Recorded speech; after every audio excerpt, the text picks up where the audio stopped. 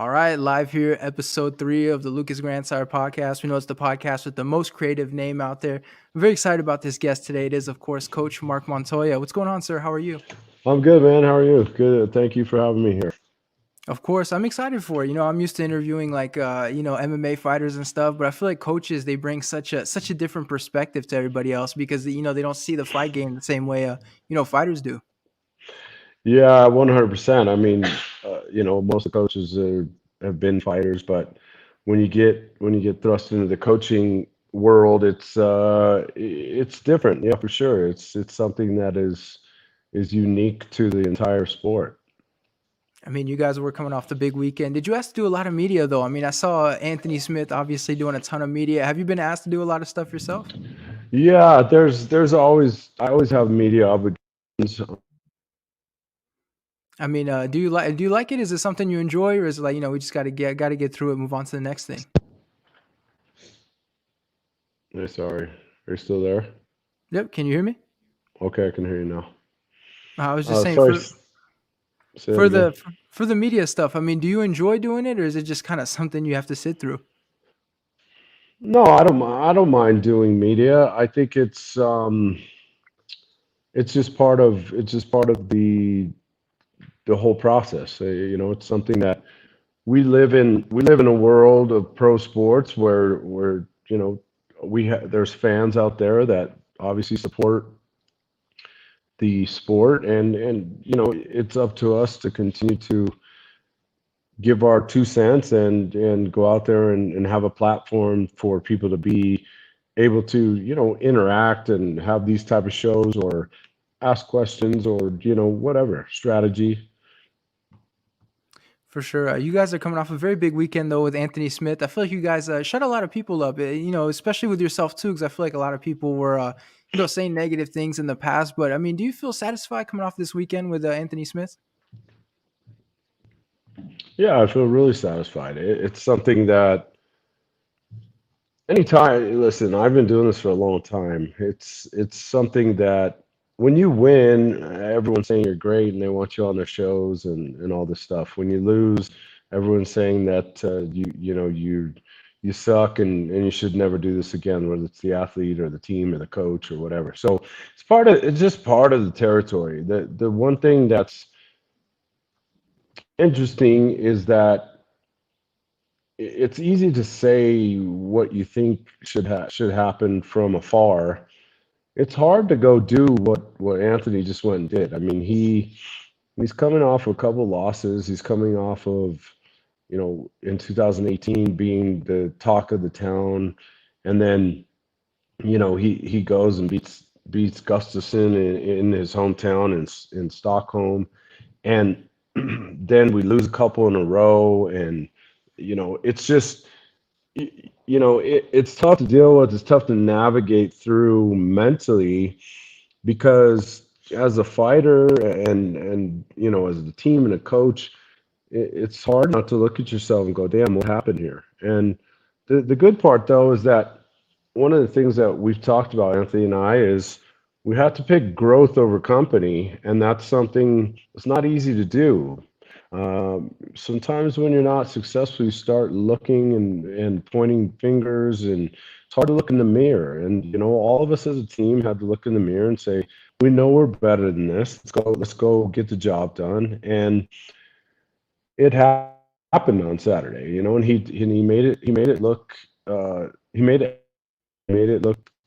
pretty easy, and so that just shows the skill set of Anthony Smith. And no disrespect to Devin, I mean that kid's a really good up and coming fighter, and he's someone that was absolutely worthy of being in there. It's just Anthony finally found his swag again, and he was able to go out and the people that talk about whether give me a hard time or give my athlete a hard time about, I can give two shits about.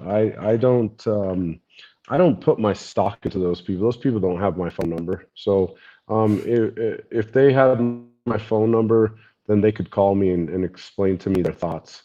99% of them don't, and I don't we're never as good as they say we are, or never as bad as they say we are. We're always somewhere in the middle. So right now we're riding a high, and rightly so. We've put a lot of work into it, but it's I just don't put a lot of weight into or care about what other people think that aren't walking in our shoes. I mean, I feel like especially for you guys as coaches, you receive like so much criticism. I mean, as soon as they lose, everybody's starting to look at the coach and they're blaming you guys for a lot of things. And I feel like you got a lot of blame after the Glover to Sheriff fight. And I was curious to get your insight on this, but people were saying that you, and I believe it was James Krause in the corner with you, were shouting a lot of instructions. A lot of people were saying like, oh, those guys were, talking too much, and it resulted in Anthony having too much information and stuff like that. Obviously, as a coach, you know your fighter, better than everybody else, better than the media and stuff like that. What did you think when you heard that kind of narrative get started, and people trying to kind of put it on you guys and sort of put some sort of blame on, sort of your coaching style? The people that said that don't have a clue about the body of my work. I've and so I could give two shits. To be honest with you, I don't really care what they thought about my coaching style, because the same people that were saying stuff the next time one of my athletes won, were saying that I'm one of the best coaches in MMA again. So again, which side is right? I don't care. I know who I am. I know what I'm about, and so do my athletes, and so do the people that are close to me.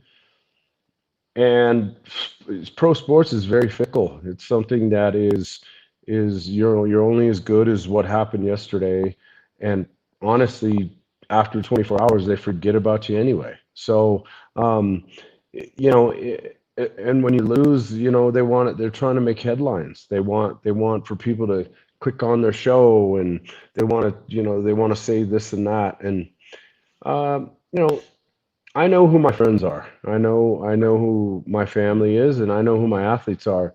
Their opinions matter to me. The rest, I could give two shits about. And so, I mean, you've been at a lot of these events, right? Especially with Brandon fighting the week before. Like, you spent a lot of time in Vegas. I assume you guys are getting tested, all the time, right? I'm hearing some people are tested like 5 times a day, crazy amounts, for the COVID. How's the testing stuff gone for you yet? Has it gotten to the point where it's starting to get a little bit annoying? Because I know some of the tests hurt, a lot of them are uncomfortable. I mean, have you finally gotten sick of that process? Yeah, well, I guess with the testing, it's kind of just part of the process. I feel really blessed to be working. That's Right. something that is it's been a big deal. Is it's that or no work, and so it, we have to adjust. I mean, the biggest thing is we just have to adjust to what's being thrown at us with MMA. We have to adjust what's being thrown at us with COVID and all this stuff. Does the process is does it is it annoying or is it cumbersome? Yeah, some days. I mean, but at the end of the day, I'd rather be doing that than not doing what I love to do, and that's coaching athletes and going and watching them chase these dreams that they've had since they were kids. So, if that's the alternative, then test away. I'm in, and I've been tested a ton, obviously this year since May, since the UFC restarted back up, and I've been on the road almost every weekend for since then, and I spent almost 5 weeks in Abu Dhabi straight when in the last stint there. I had the athletes there the whole time, and yeah, the testing protocols are different, but I'll take those testing protocols over not working. For sure, that makes a lot of sense. What tests are they doing on you guys now? I know at one point it was like the nose one, which we know everybody loved. They switched to the throat. What are they doing at this point? It depends on where you're at, and typically they'll give you a choice now, whether it's the nasal or throat. And so Vegas typically does the throat. Abu Dhabi, you had a choice, and when you do the UFC at-home tests, they're all nasal and they're on Zoom, and they watch you do it, and those are the ones that you send in. And Wow. and what's that? Just wow, that seems so so complicated being on Zoom and trying to do all that stuff. Yeah, they send you, they ship it to you, and then you schedule a time, you get online with one of the people from the UFC that are heading up the COVID testing, the at-home testing, and then they watch you personally do all of it, and they watch you seal the bag, and they do all that stuff, and then we ship it off, and then they get our results before we ever even leave home. So that's where it starts. That one's nasal. Um, None of them I've gotten used to. So they're not easy. They're not easy, but it's like I said. It's if that's what we have to adjust to based on the protocols to be able to work. I'm in. The only two I've done so far is the blood test, which obviously, like, if you're fine with needles, it's not a big deal. But I did the nose one, before going back to the United States, and everybody was telling me it's a tickling of the brain. It's like, it's a little bit uncomfortable. Let's tell the truth. That shit hurts. Like, that was extremely painful. I had tears coming out, and the lady's looking at me like, "Are you good?" "Yeah, I'm fine." That honestly, it hurt. What was it for you though? I mean, because as the fighters, the coaches, you guys have to be tough guys, right? Like, oh no, we didn't feel anything. But was it painful when you did that one?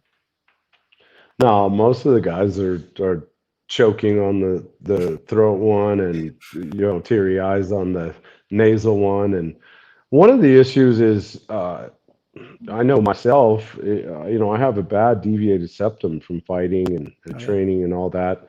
A lot of fighters have that, and that's something that you have to kind of steer around. Is especially on the nasal test is, hey, you can't. Sometimes they'll say, hey, we need to do both sides of your nose, and for me, for example, that's not possible. So, that I think that's something that's been a reoccurring theme with the testing. But hey, man, they're tough in the cage, but when it comes to needles and putting shit up their nose and down their throat, um, I'm a baby and pussy just like the rest of them. Well, I imagine guys like Andre Arlovsky at this point, you have to use like a silly straw to get up in there. Like, I assume you couldn't just go in there with just a regular swab. Yeah, I have no idea. It's with him, but if he's like anybody else, it's an interesting deal for sure. I mean, have you had any thoughts to possibly getting that fixed? I know a lot of fighters at the end of their career, they get it fixed and stuff like that. I mean, have you given it any sort of thought like that?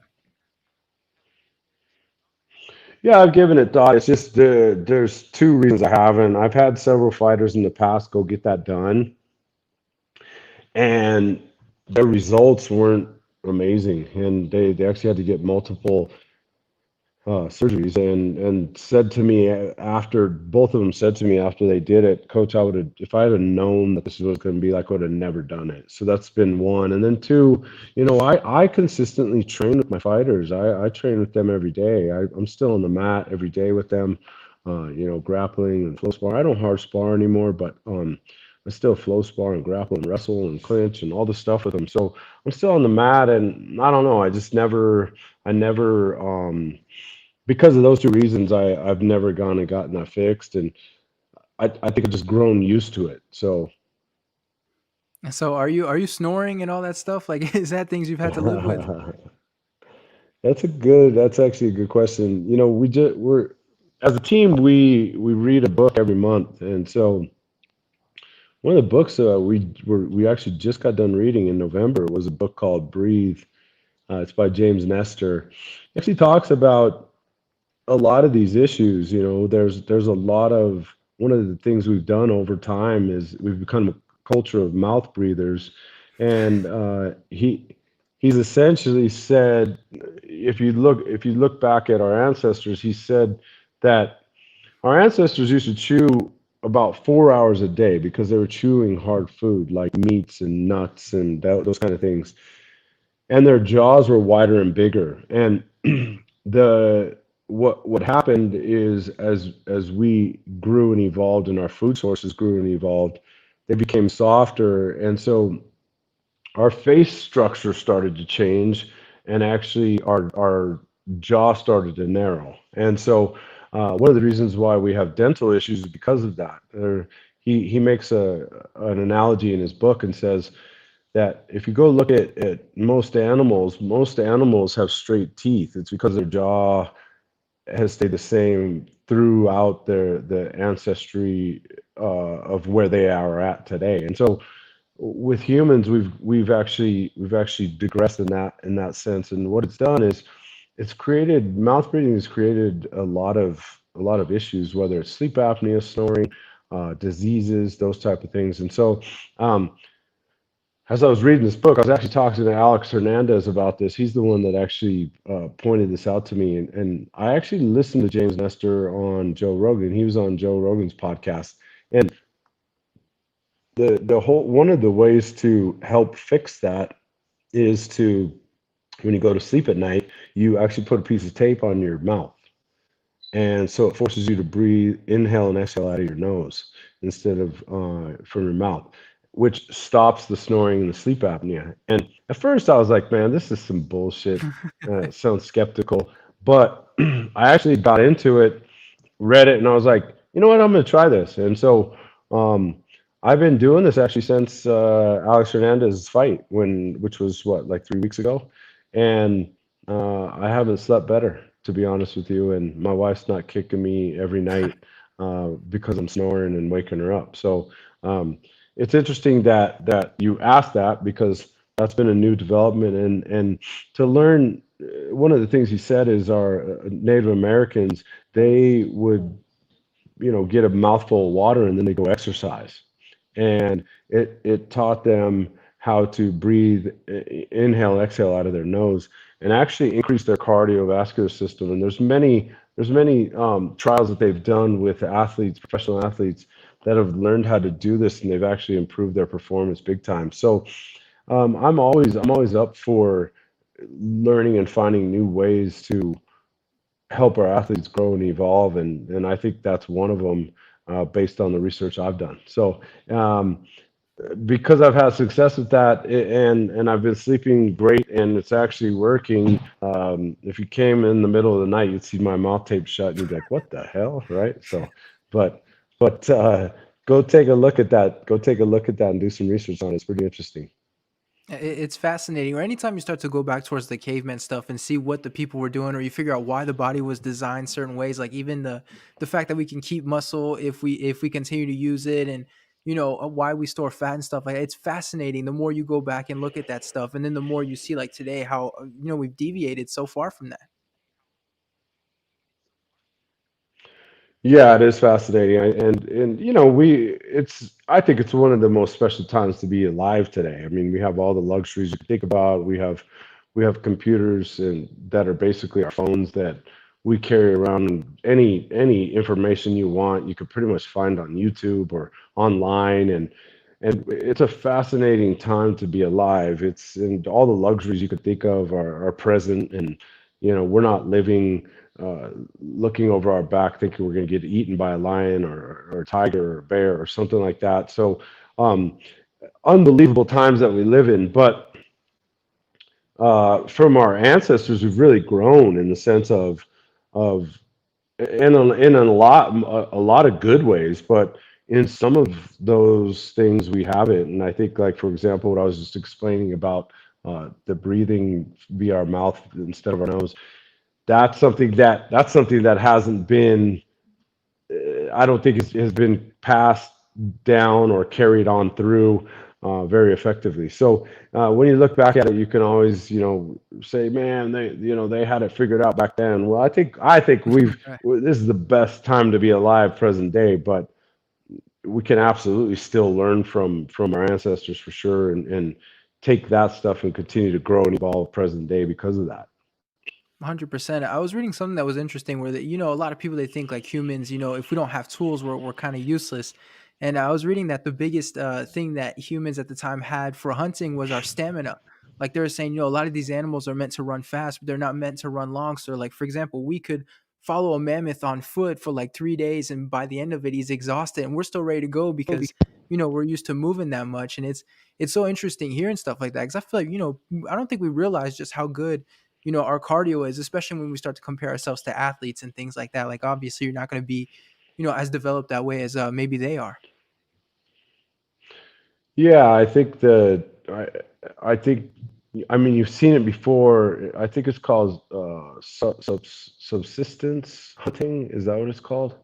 Um, anyway, that where our ancestors, Native Americans, have pushed animals to the point to where they are exhausted, and that's how they've actually then killed them and consumed them so that they could survive. And so that's something that is amazing, that we were blessed with that type of cardiovascular tank to be able to outlast essentially an animal like that. And so, but we're so fragile, man. Yeah. It's something that we're super fragile when it comes to life. I mean, if a grizzly bear swiped you or I, he would tear right through us, Yeah. and it'd be game over. So it's crazy how complex and amazing we are, but yet how fragile we actually really are. Right. You mentioned that as soon as we start to compare ourselves to animals, it's like we're pretty useless. Even if you start, like even if a dog, if it really wanted to, if it felt like, it wasn't gonna listen to what we're saying anymore, it's pretty scary. But I think yeah, that's our biggest tool at the end of the day is our intelligence and figuring things out and learning how to use tools. And I guess some people would say it's the opposable thumbs too. Yeah, exactly. That's been an amazing part of our evolutionary process for sure. And so I have someone here in the comments that's saying, and I don't know if this is accurate, so you have to tell me, but he's saying your archery hunt in Africa was canceled this year. Asks if you're going this year. Is that an accurate question? Yeah, it is accurate. It's something that I've for pretty much since I was just a knee high kid, I've always dreamt about hunting Cape buffalo in Africa, and I'm a big bow hunter, and so um, my dad, myself, my brother-in-law, we had a trip planned in March actually of this year to go to Africa and go fulfill just a lifelong dream. And of course, with COVID, that shut everything down. Like a lot of people have this very probably similar story about things they were going to go do this year. It's actually rebooked for this coming March of next year. It's they're saying that it's going to be on, but you never know until we get there. And so that's something that I can't wait to do. It still feels like a dream. It's not something. My dad actually went last year, and he was the first one to ever go over to Africa and actually hunt.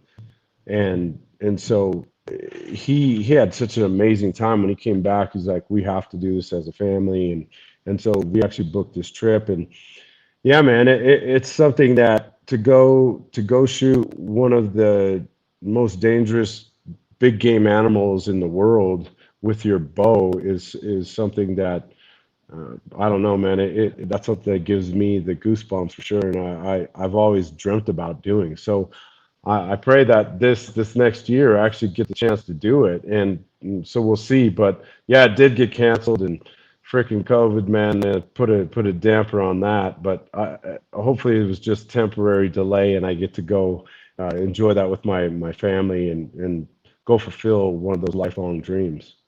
What country exactly are you guys going to?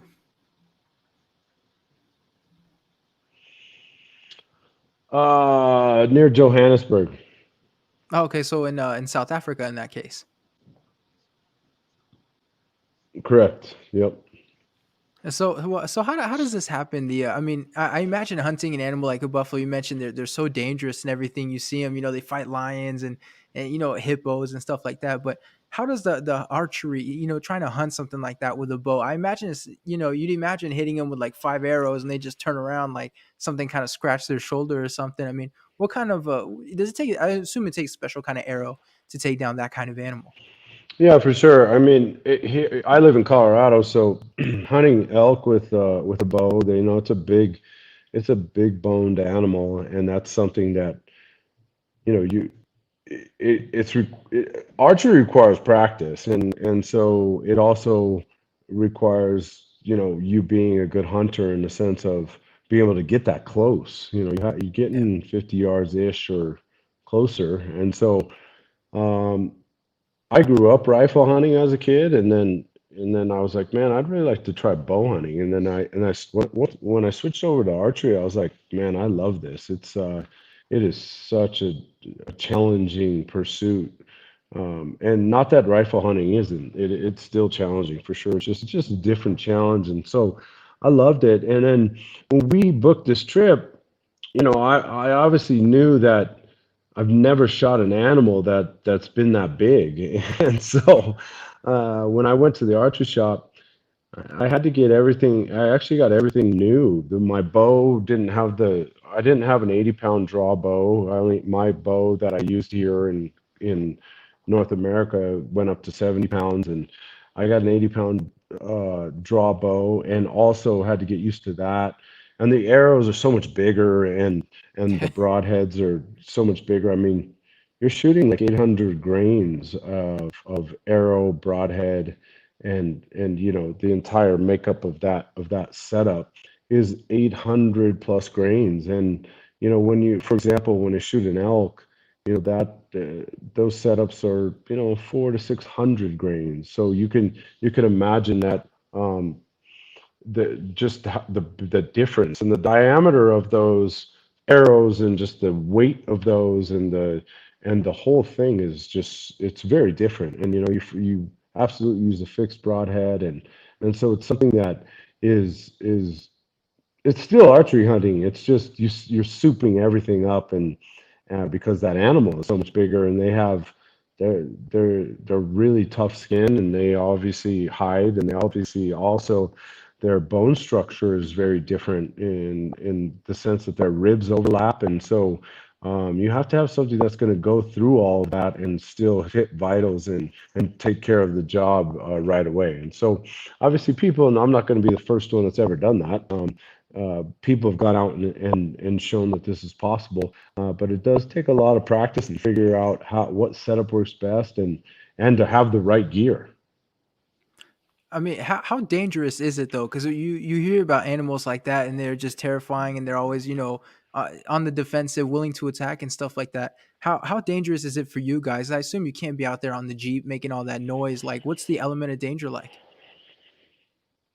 Yeah, so it's a spot and stock hunt, so it's something that is fair chase. We're out there just like it would be elk hunting, essentially, where we're trying to find the animals, and once we find them, then we'd spot them, of course, and then we'd stalk into within uh, bow range. And like I said, 50 yards ish, and or in closer is not that far from anything. And so to get there is a big feat, and then to stay cool and calm, and actually execute a nice shot is a whole another feat. And so there is a danger factor, because Cape Buffalo are known for being ferocious, and that's something that's one of the reasons why I'm so drawn, to them. It's so appealing, is because of that. And I wouldn't say that I'm a thrill seeker at all. I just feel like there's such a cool challenge there that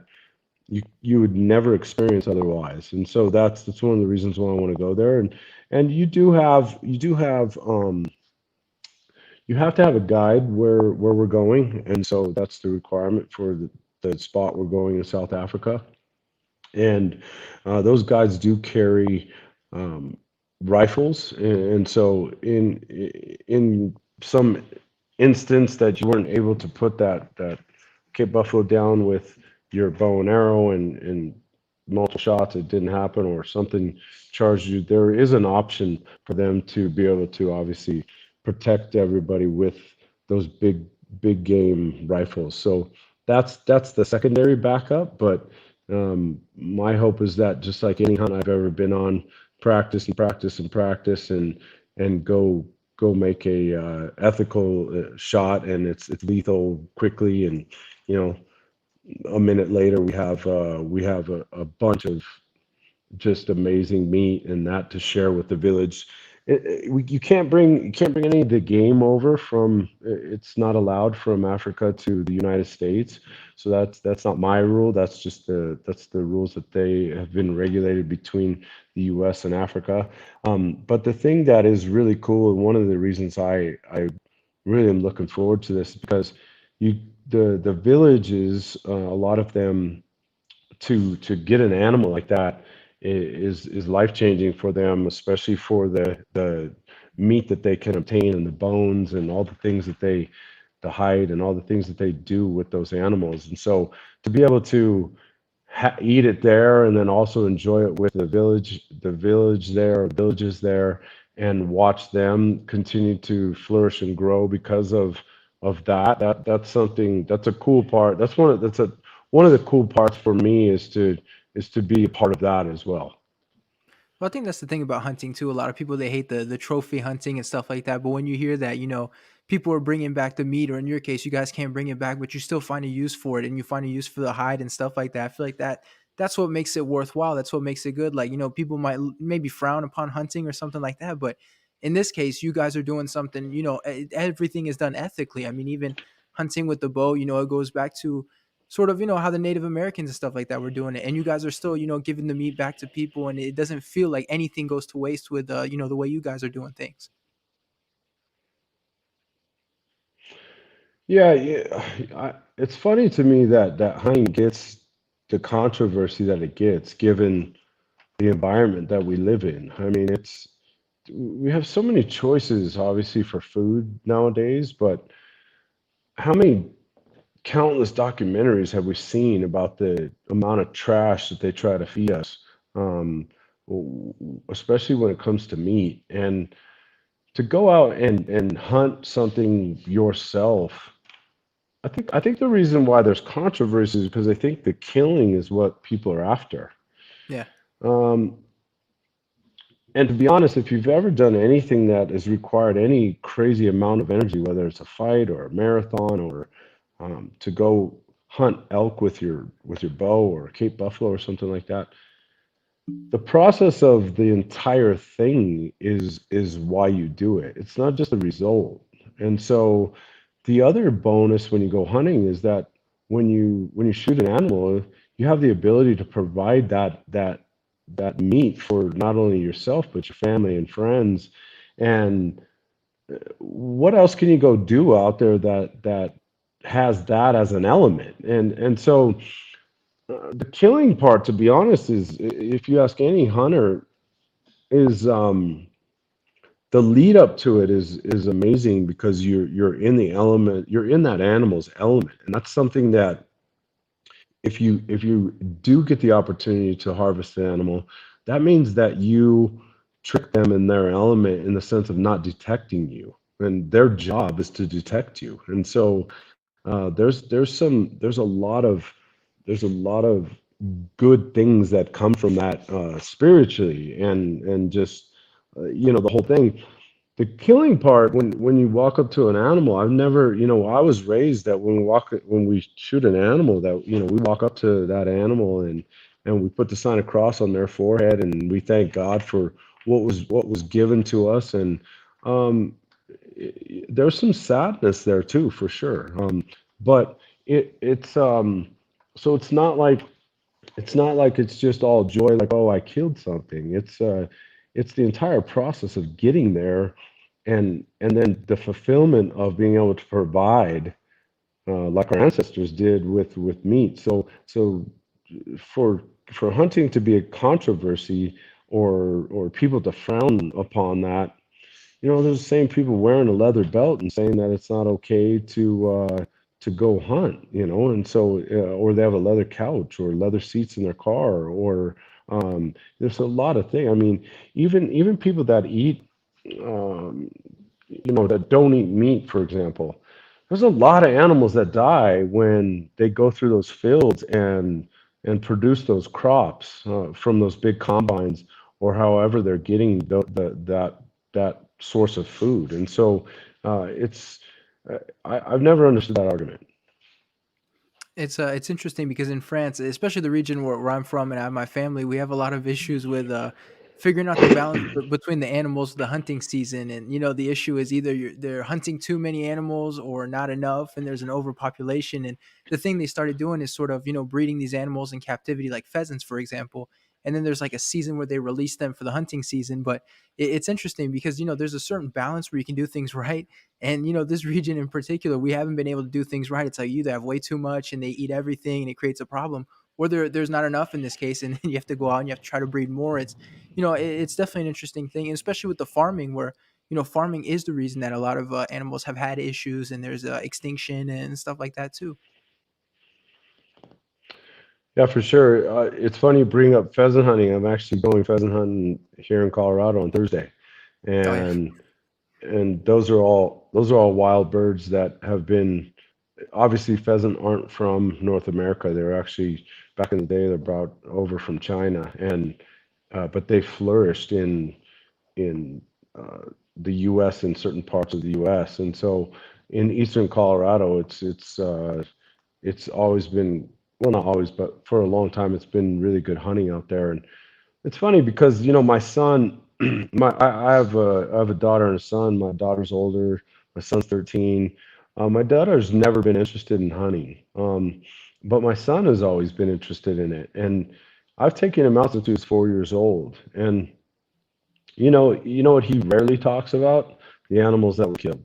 You know, he mostly talks about the entire process of just going out there and being together and enjoying the elements of nature and doing all that stuff, and also teaching him how to do this. You know, how to be gun safety and how to respect people's properties and how to navigate the mountains without GPS and all these skills that I feel are imperative to helping grow an individual, whether they're a man or a woman. But those are the things, those are the memories that they look at. You remember the animals, but most of the time you remember all the whole process of what it took to. That's what you look back at and remember. It's kind of like fighting. When guys retire, one of the things they miss the most is the camaraderie in the locker room and that whole thing. They miss that. It's not that they don't remember fights in the past. They remember some, but the thing they miss the most is the camaraderie with the fellowship and the team and the group and the whole thing. I think hunting is a lot like that. It's interesting to talk about pheasants because during quarantine, I spent a good chunk of it in France with my grandparents, and I'm walking around their property there out in the country, and I see these little black furry things run across. There's a ton of them, and I'm thinking, what is it? And I see a pheasant, go off into the woods, and there's actually two of them. And and one of them stops by my foot. I pick it up, and it's this little, this black chick. It's a pheasant chick, and I was like, I didn't even know that existed. This soft little furry thing in my hand. Right. It was fascinating. I don't think that's something a lot of people can say that they have experienced. No, not at all. Do you speak French? Yeah, I'm fluent. I just got back there from, I was in college there. Now I'm back in the States, but yeah, I'm fluent. Oh, that's awesome. Are you originally from there or are you from the States? No, that's where I'm from. Don't let the accent fool you. That's from moving to the States as a little kid. But yeah, with my family, we chase the American dream, and now and now we see it. I don't want to say paying it off, but we're part of the country now. No, that's awesome, man. That's good to hear, and it's a cool deal for sure. For sure. You mentioned the camaraderie for the fighters and stuff like that. Is that something you see a lot? Is the fighters that when they retire, they lose that sense of purpose. You always hear athletes like you spend your whole life building up to it, and then it's like your late 30s, 40s, and then all of a sudden you have no purpose. You're done with the sport, and it's like that's where a lot of guys start to struggle. Yeah, it's one of the hardest transitions for them to go through.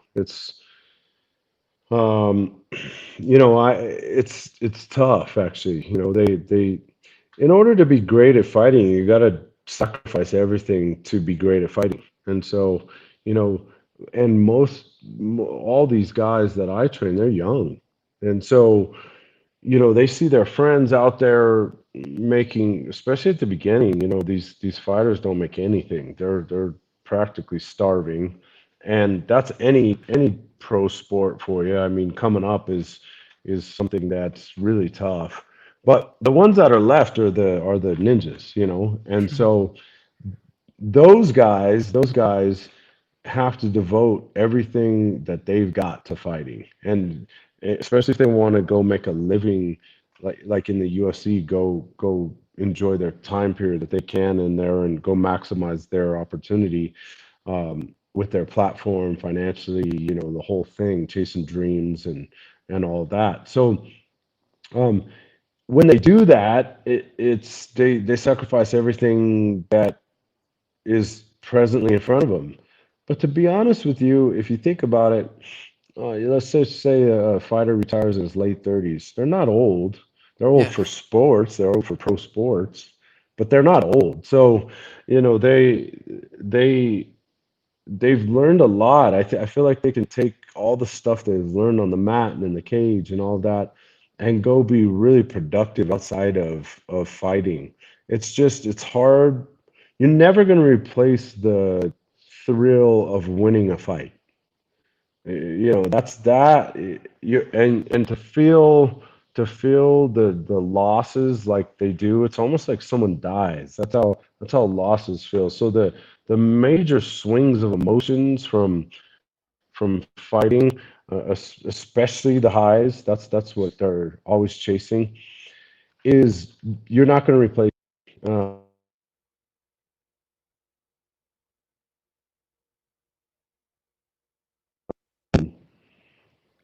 Sorry, are we back there? Sorry. Yeah. Yeah. Yeah. We're back. Uh, you're not going to replace that, and so they have to find. I always encourage them to continue to train. That's something that some of them do, some of them don't. I feel like the outlet of training continues to keep them sane, and it does still keep the camaraderie around. Now, I'm not saying train like they would train if they were still in the UFC, but come around a couple times a week and still see the boys and have some fun and train. Not even spar, but maybe come roll or come faux spar a little bit on your feet or something like that. And so.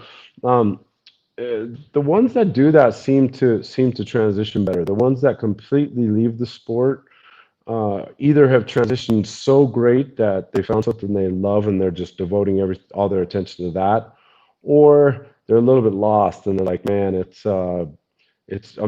still chasing, trying to find what I want to do, and that's a lonely feeling. It's a tough deal.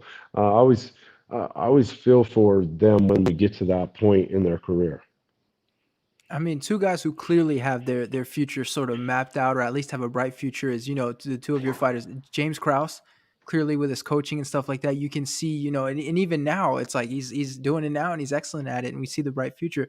And Anthony Smith too. I think as we're speaking, I think he's doing his radio show with Sirius XM or something like that. Like you have, just off the top of my head, two guys right there who clearly have the future mapped out away from actually competing in the cage, and yet they're still competing. Like it's definitely, you admire guys that are able to figure out their future and continue to not only continue fighting at a high level, but doing the stuff outside of fighting for their future at a high level as well. Yeah, it's the thing about those two is that they've been very open about who they are and what their goals are for fighting. And Kraus obviously has his own gym in Kansas City, and he's doing an amazing job as a coach there. Obviously, I train him. I'm his head coach when he fights, and I've always tried to mentor and help him when it comes to navigating those waters as a coach. I didn't have a mentor as a coach. I've had to figure it out and do it the wrong way a lot to figure out what the better way is. And so to get an opportunity to help someone out like Kraus is a big deal. And he's going to be a phenomenal coach. I mean, he's already doing a great job. It's one of his callings. He's really good at it and he enjoys it. And it's one of the reasons why I've asked him to help me corner some of my guys in the past. I really enjoy his company, and he and I learn a lot from each other. I absolutely am his head coach when he's fighting, and he'll take that hat off and let me lead him, which is another great attribute about him. And he wants to be led. That's the thing. He wants to be coached, and you can't coach someone that doesn't want to be coached. And he still wants to be coached, and so that's a cool deal. But yeah, he's paved a way to be able to make a living outside of just fighting, and he still loves it. He's still staying entrenched in the sport. That's the same for Anthony. Anthony is just looking at a different path. He's obviously on the broadcast with the UFC and ESPN. He has his own radio show. He's still staying entrenched in fighting as well. I think those two guys that you bring up, they've been fighting for so damn long. They don't know any different. And they just told us when Anthony won that that was his 50th pro fight on Saturday night, which none of us actually realized that that's what it was. And so it's cool to see these guys that are experts in this field in MMA, and obviously have navigated the most competitive league in MMA, and being the UFC, and being successful there. Those guys have figured out a way to stay there. They didn't just get there. They figured a way out to stay there and actually make some real money, and create big opportunities for themselves. And the platform that Anthony has created for himself with fighting has given him an alternative option when one day fighting is done for him. And I love it, man. That stuff brings such a huge smile to my face to see these guys grow, and one of these days when fighting's done for both of those guys, I'm super confident that they'll both have amazing futures inside of the sport still. Because, and isn't that the cool part about fighting, is that platform that they chased, that dream that they were after in the UFC, has created a platform for them to go make a living after. And I mean, that in itself is a success story. So that's something that's really cool to see. And I'm just really proud to be able to coach those two guys, and call them my athletes. And we've become closer than just coach athlete. I consider those guys friends. And that's something that you know one of the reasons why we continue to grow is because we feed off of each other, and bounce ideas off each other, and continue to evolve and grow in this ever changing sport that we're in. I mean, do you as a coach, do you get worried when you see like, we mentioned those two fighters, obviously they're great at juggling their fight career as well as stuff outside of it, but do you get worried when you see guys, start to have too much going on outside the cage, and it like might pull their focus? Like, Ronda Rousey, for example, the big talk with her is people are saying, she's going to Hollywood, she's doing too much with acting. Tyron Woodley got a lot of people coming after him because they felt he was more into his rap music than fighting, and whether that's true or not, it probably isn't. But for you as a coach, do you have to watch out that guys are staying focused and not getting too entrenched in, whatever it is outside of fighting? Yes, there's absolutely got to be a line there. Anthony and I actually just talked about it recently, and what he did for this last fight against Devin Clark in the preparation, is cut out a lot of his obligations that he's had in the past, and just said, I want to focus on the thing. The thing that thing obviously being preparation, preparing the fight, and then the fight. And focus on the thing in front of me. And so I think it could be done. I mean, you've seen DC do it. DC's had an amazing career and still gone and commentated. But one of the things that DC did, that Anthony and I actually just recently talked about, was he would shut down those obligations at some time period to give him enough time period to focus on the thing that mattered, and that was the task at hand, to get prepared and then go win a fight. So I feel like if you're honest and open to each other about that stuff, and say, hey coach, there's got a lot of obligations going on right now. What's your thoughts? Or here's my thought about what I have coming up, and what do you think? And if we have that type of communication, we can navigate through that together. And then you don't potentially fall into some of those pitfalls, or maybe you fall into the pitfalls and then look back and go, shit, this is taking our focus away, and let's focus on the thing that matters, and that's the preparation and the fight.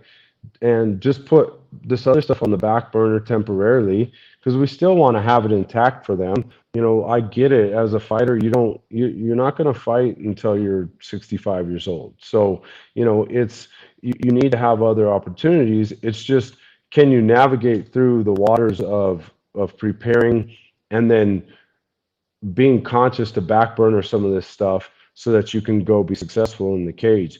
That's the most delicate juggle that these guys face, pro athletes face. Obviously, fighters is what we're talking about, but any pro athlete, they that's the delicate juggle that they have, and so the ones that learn how to navigate that the best, and also give themselves the opportunity to um, still make a living past the fighting. Those are the guys that go on and stay entrenched in the sport that they're in, and then go on and create a legacy in a different way after they use the platform that they were on to get all of that. So, being that I'm part of the media, I do have to ask this for my own curiosity. But I do a lot of pre-fight interviews with fighters. For you as your coach, do you ever see a point where fighters are doing like too many interviews before fights, and it's gotten to the point where even some of the narratives that get created, 'cause you know how it happens. You say a quote, maybe you don't like a guy, and all of a sudden there's a beef nobody knew existed. Do you see a point where that hurts fighters almost? Like maybe they're doing too much media, and it's maybe taken away from camp, taken away from fight, and even creating narratives that are taken away from everything you guys are doing, behind the scenes.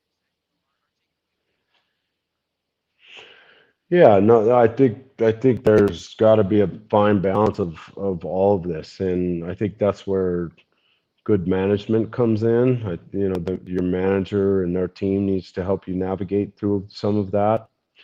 The fighter needs to know when to pull back and say, "Hey, this is just becoming really distracting." The media needs to be more responsible when it comes to this stuff as well. I mean, I have a journalism degree. I wrote for the Rocky Mountain News as a general reporter. I hated every minute of that job. I didn't like any of it.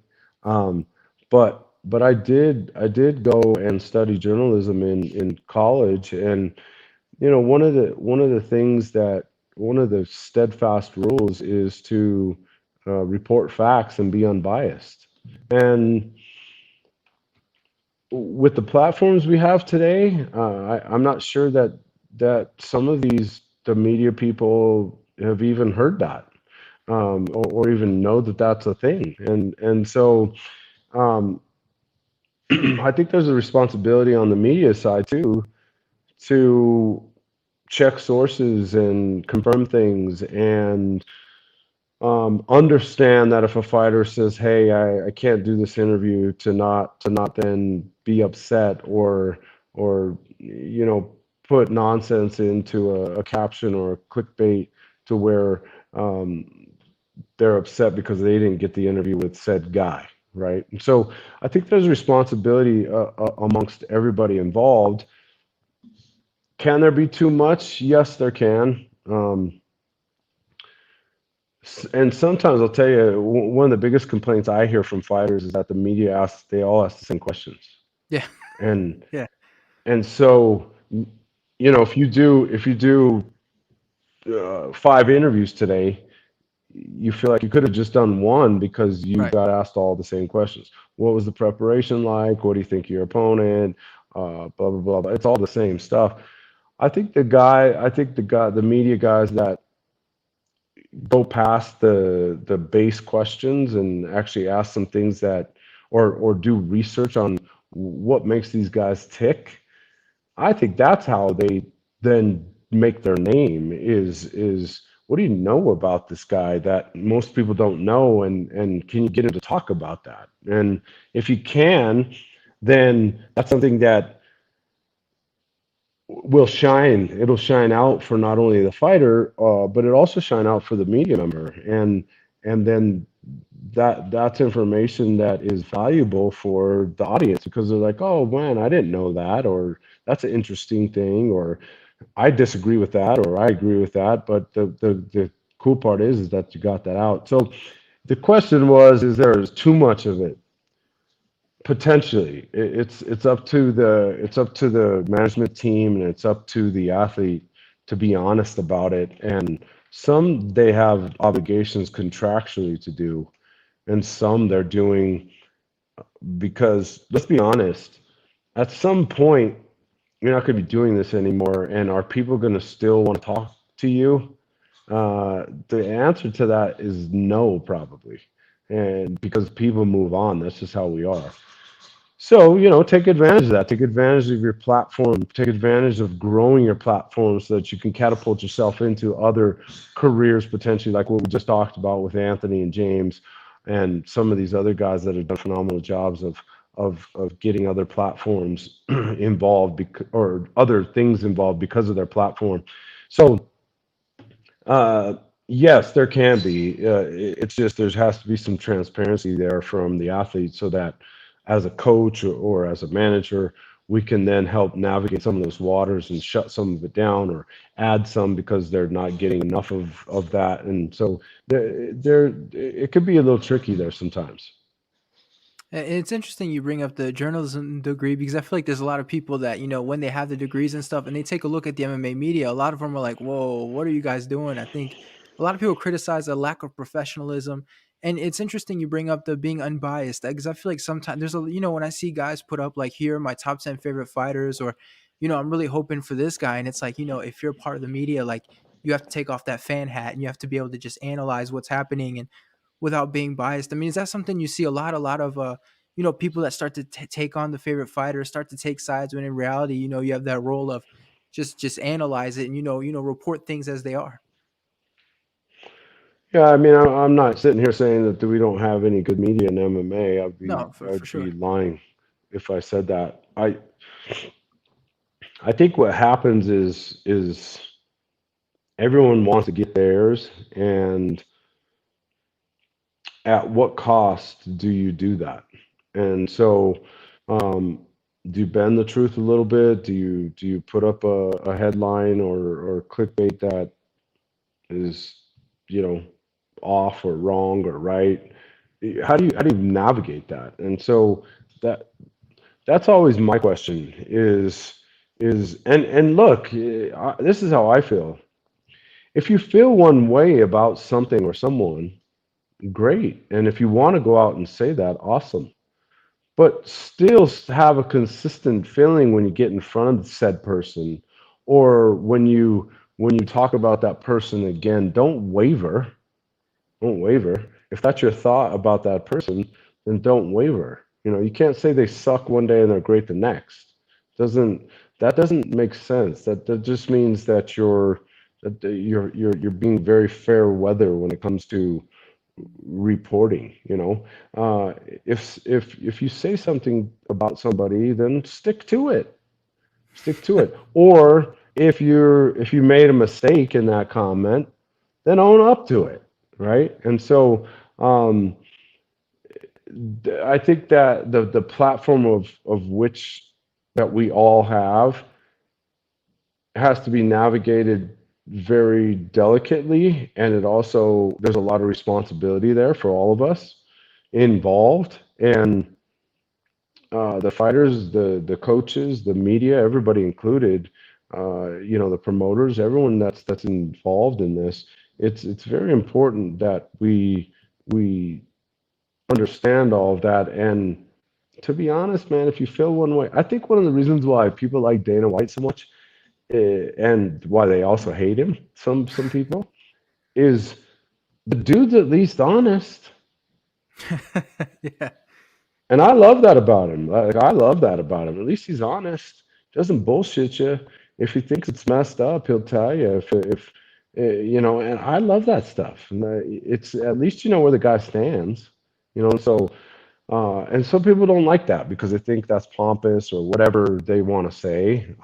But I love that about him. He's very forthright about his convictions and beliefs, and doesn't take a lot of shit, and will say out loud that, hey, this is how I feel. And man, I love that's something that I respect a lot.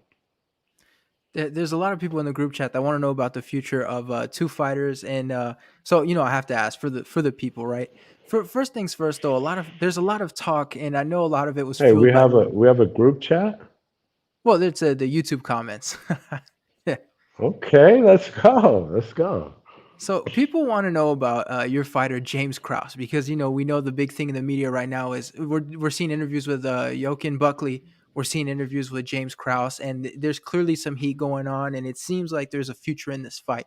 Obviously the stuff happened in St. Louis. You're in Colorado, so I'm sure you've heard this stuff, right? But is that a realistic fight? Is that a fight people can expect, or is that just kind of a fun story that's going around?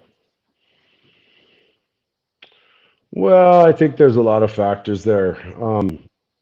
You gotta for the fans, just look at some facts real quick. Number one, they're not in the same weight class. That's the first thing. Okay, number one. Number two, just look at the business end. Look at the business end of the UFC. Okay, you have a young up and coming guy that's making some waves in the headlines with his performances in the cage. Excuse me. He's finished his last two opponents. He did impressively in both performances recently. He's got a lot of steam behind him. Does the machine of the business of the UFC then want to go put said young comer, up and comer with a lot of steam behind him in front of a 50 plus fight veteran at a different weight class just because they have a off the mat beef? From the business side, it doesn't make a lot of sense because if you think about it, if Buckley lost, they lose a ton of steam that he's built, and you're potentially putting him in some deep waters with a veteran that has been around for a long time and has shown that he's savvy as fuck when it comes um, to fighting. And so I think when you look at those two factors, it's just a lot of talk because um, if the UFC was interested in booking this fight, don't you think I would have heard about it by now? Because if there's ever time for this fight to be booked, it would be now. The UFC has not called myself or Jason House, who's Krause's manager. They haven't called us one time and said, "You guys interested in this fight?" And if there's ever a time to book this fight, it'd be now, right? So Yeah. I think that's the issue is you've got those two factors. Number one, they're not in the same weight class, and number two, the business of growing and building fighters, it doesn't make a lot of sense business wise. And so I know the fans are like, hey, you two are beefing. Let's see who can win. No, I don't blame the fans. And listen, if the UFC said, "Hey, do you guys want this? And are you guys interested in taking this fight?" If it made sense for us, yeah, we take the fight of the day. We've shown in the past that we haven't ducked anything, and so it's not about ducking a fight. It's about that the fight's not even been offered from the people that matter, and that's the UFC. And I think the two factors, major factors there, are those two things that I just explained. And so, last one, we'll let you go. I mean, you've been very generous with your time, and I really appreciate it. Anthony Smith, coming off the big win, that y'all must have forgot, appearance. Of course, shout out to Roy Jones Jr. But what's next for him at this point? I assume we're talking like some kind of big contenders fight, some kind of, something to go out there and show people that he's still a contender, and especially at 205, get right back in there in the title picture. Oh, I think what's next for him is to enjoy his victory for a second. Winning is hard to come by. Winning is not easy to do, and you have to enjoy winning because he was just on the other side of it less than a week ago of not being on a win, and that feeling sucks. And so enjoy a win. Get another fight that makes sense for us and him, and obviously go rattle a few more off and put a nice little streak together and go fight for the title again. That's the whole goal. He's shown that he's capable of doing it. The people that have written him off, thank you, because that's been a bunch of motivation for all of us. Um, I know who he's about and what he's about. We've seen as coaches and as fans what he's capable of doing. It's just a matter of him going and putting another streak together so that he can go back to the pinnacle of the sport, and that's fight for that world title. And so the goal is to fight for another world title and win it this time. And in order to do that, we got to go put a nice little streak together again, like we've done and shown that we can do, and we've done that in the past. So, that what's next? Let's go win a couple more fights, and then go knock on that door to go fight for another title. All right, there we go. Lots of good stuff. Lots of things to unpack. For last thing though, let the people know where can we find you on social media, and if you have anything you need or want to promote in this case, now would be the time. Yeah, you could find me. Coach Marc Montoya is where you find me on Instagram. That's actually me on there answering all of that stuff. It's not someone doing it for me. So if you want to interact with me, that's a great place to find me. And yeah, one of the things I would say is we've talked a lot about Anthony and James in this podcast, but it's been an amazing year for us as a gym. We've had a lot of up and comers come into the UFC this year and make a name for themselves and get off with a great start. A lot of those guys like Brandon Royval, Yusuf Zalal, you know, John Martinez, Chris Gutierrez, Vince Cachero, Colin Anglin, Dustin Jacoby back in the UFC. Devonte Smith is back actually this week from his Achilles injury that he's been out for a year now, and so um, all those guys that are the new breed of UFC fighters that we've produced. I think it's important to just give them recognition, and I'm sure I've forgotten a couple, but and that's my fault because I'm doing this off the cusp, but or excuse me, off the cuff. But the thing that I want to say is that the amount of just sacrifice that not just those guys, but the new wave of guys that you guys have no idea who their names are yet, and you will one day. The amount of talent we have in there with guys like Hernandez and Luigi Vendramini, and all of those guys that we've got in there, Cody Brundage, and all of these guys that are just coming up and making a name for themselves, and they're that new wave of MMA fighter that they've done nothing but train MMA. When you look at Brandon Royval or any of those guys I just mentioned, those guys have come up training MMA. They're not just a one art specialist, and so it's fun to watch this new breed of athlete. And I just want to commend those guys that have made waves this year, and I also want to um, just give a lot of credit to our coaching staff. Our coaching staff has done a phenomenal job. I couldn't do any of this stuff without them. We have one of the most amazing coaching staffs you can find in this world, and same with our team, and our support staff is so instrumental, from our internal support staff at the gym, and then also our support staff at home. All of these fighters' wives and girlfriends and parents and family, and all these people that support us.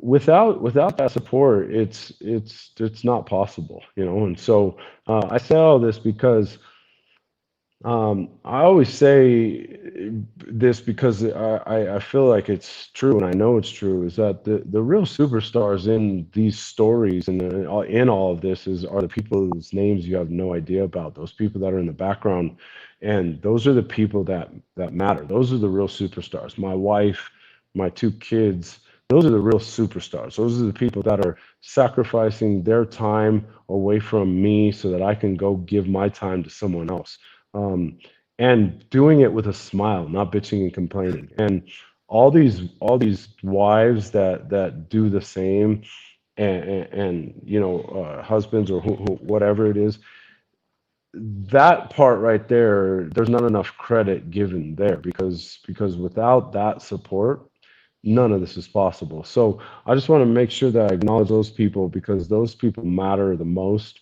and we wouldn't be having this conversation if my wife wasn't okay with waiting for me to eat dinner right now and do this interview with you and just knowing that this is just part of it. So um, I want to make sure that they get the most praise because that's really who the superstars are of this entire story. For sure. There we go. Thank you so much for the time, sir. I really appreciate it, and thank you for the time to your wife and all those other people waiting on you too. You're welcome, man. I appreciate you doing this together, and keep up the great work. Let me know in the future if I can help you. I'd love to come back on, or if you need some of my fighters to come on and help support you, and let me know, and I'll get you in contact with them, and we'd love to help you continue to grow as well. Oh, that's awesome. That's really great to hear. Thank you so much. I really appreciate that. I genuinely do. Absolutely, man. Have a great night, and thank you again. Thank you, sir.